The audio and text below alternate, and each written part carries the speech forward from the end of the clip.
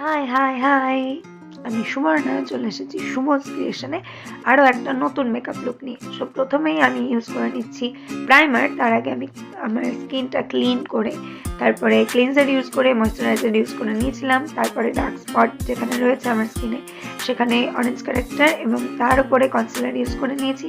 তারপরে আমি ইউজ করেছি হায়ার পার্টে কনসিলার হাইলাইটার হিসেবে, তারপরে ফাউন্ডেশন ইউজ করেছি অ্যান্ড তারপরে কন্ট্রোল করে ব্লাশ ইউজ করে নিয়েছি। ব্লাশের জন্য আমি অ্যাজ ইউজুয়াল লিপস্টিক ইউজ করেছি। তারপরে আইব্রোটা সেরে নেওয়ার পরে তোমাদেরকে আমি আমার আই মেকআপটা খুব ক্লোজলি দেখিয়ে দিচ্ছি, তো সো তোমরা দেখে নাও।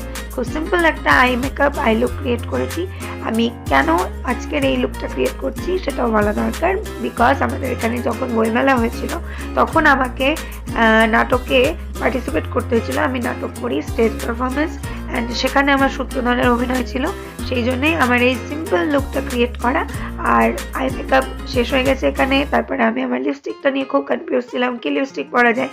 সো আমি চুজ করলাম এই হালকা একটা নিউড কালারের রেড কালারের lipstick. Now it's time for my outfit and this is the outfit that I choose for that day, but এটা আমার ফাইনাল লুক নয়।